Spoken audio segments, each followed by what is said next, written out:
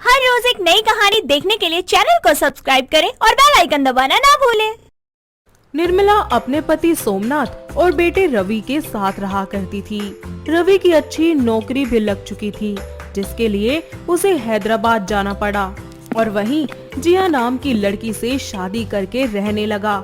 और जब उसके माँ बाप उसको फोन करते हैं तो वो 10 फोन में से एक फोन का ही जवाब देता। ऐसे ही कुछ समय बीत जाता है और कोरोना पूरे विश्व भर में फैल जाता है, जिसकी वजह से सरकार को इंडिया में पहले 2 दिन का लॉकडाउन लगाना पड़ता है।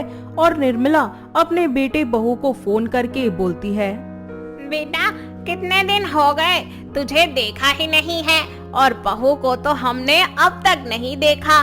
तो तू एक काम कर, बहू को लेकर गांव आ जा, पता नहीं वहाँ शहर में कैसे हालात हो। अच्छा, मैं आपसे बाद में बात करता हूँ, वो थोड़ा अर्जेंट काम याद आ गया मुझे। इतना बोलकर रवि फोन रख देता है और अपनी बीवी से गांव जाने का सलाह मशवरा करने लगता है। जिसके बाद दोनों गांव चले जाते हैं, जहां निर्मला अपनी बहू का स्वागत करती है और उनका घर, जमीन और जायदाद देखकर उसकी आंखें फटी की फटी रह जाती है। ये ऐशो आराम, शानो शौकत देखकर जिया हमेशा के लिए वही रहने का मन बना लेती है।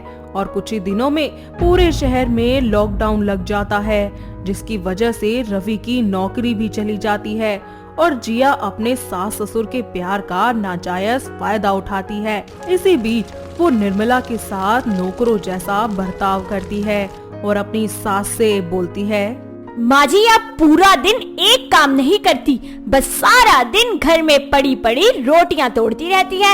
अरे आप दोनों को शर्म नहीं आती? आपके बेटे की नौकरी चली गई और मेरी भी तबीयत ठीक नहीं रहती। पर हुआ क्या बहू, तुझे बुखार है क्या?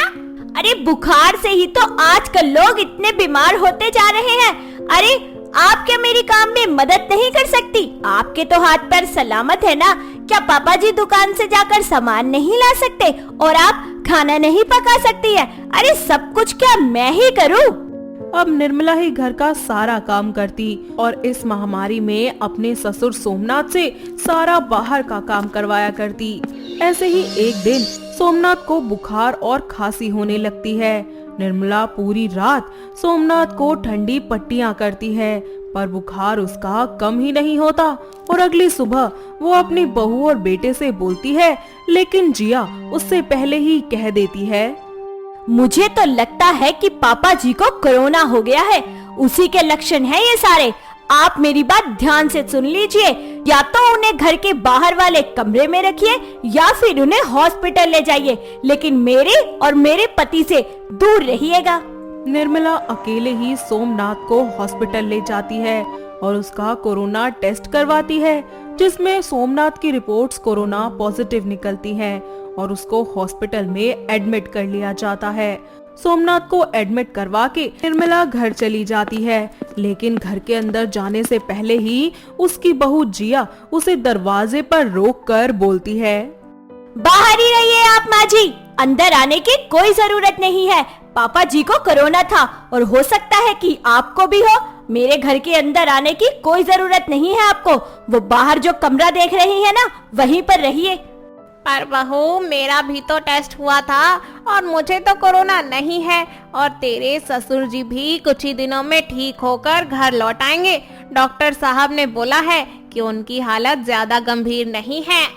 तो आप खुद ही सोचिए ना माँ जी, अगर पिताजी की हालत सीरियस नहीं होती तो डॉक्टर उन्हें एडमिट ही क्यों करते? आपके साथ घर ना भेज देते दवाई लेकर? और हम आपके लिए बस इतना ही कर सकते हैं कि घर के बाहर वाला जो कमरा है आप उसमें रह सकती हैं, वरना जो आपके दिल में आए वो कीजिए। इतना बोलकर जिया दरवाजा बंद कर देती है और निर्मला को उसी के घर से निकालकर उसे घर के बाहर वाले कमरे में छोड़ देती है और एक बार भी अपनी सास को देखने के लिए नहीं जाती और ना ही उनसे कुछ खाने को पूछती है। पर निर्मला के आस पड़ोस के लोग इस हालत में भी उसका पूरा साथ देते हैं, उसकी मदद करते हैं।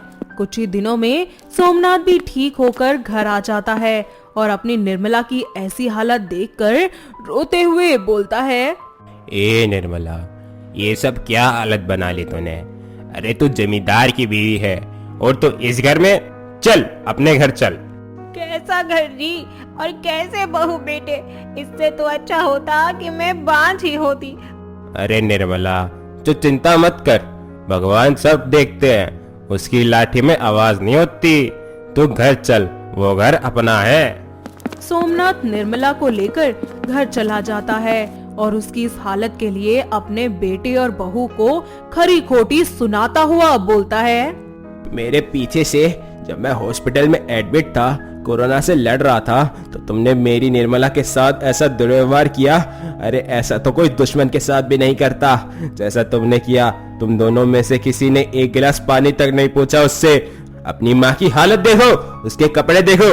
एक जमींदार की बीवी होकर भी वो भिखारी की जिंदगी जी रही है।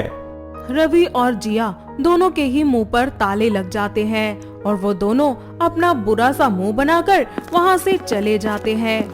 ऐसे ही कुछ दिन बीत जाते हैं और एक घर में होकर भी वो लोग अजनबियों की तरह एक दूसरे के साथ रहते हैं। कुछ ही दिनों में लॉकडाउन खुल जाता है और रवि की खोई हुई नौकरी भी उसे वापस मिलती है। के बाद वो दोनों गांव में ही एक अलग घर किराए पर ले लेते हैं। धीरे धीरे सब कुछ बिल्कुल ठीक हो जाता है और कुछ ही महीनों बाद एक बार फिर कोरोना की दूसरी लहर आ जाती है। साथ ही लोग इस बार एक एक सांस के लिए भी मोहताज हो जाते हैं। इसी बीच रवि भी कोरोना पॉजिटिव हो जाता है और उसके लिए एक एक सांस का मिल पाना बहुत ही मुश्किल होता है। अपने पति की ऐसी हालत देखकर जी अब अपने सास ससुर के पास जाती है और बोलती है, पापा जी उनकी हालत बहुत खराब है, उन्हें ऑक्सीजन की बहुत जरूरत है।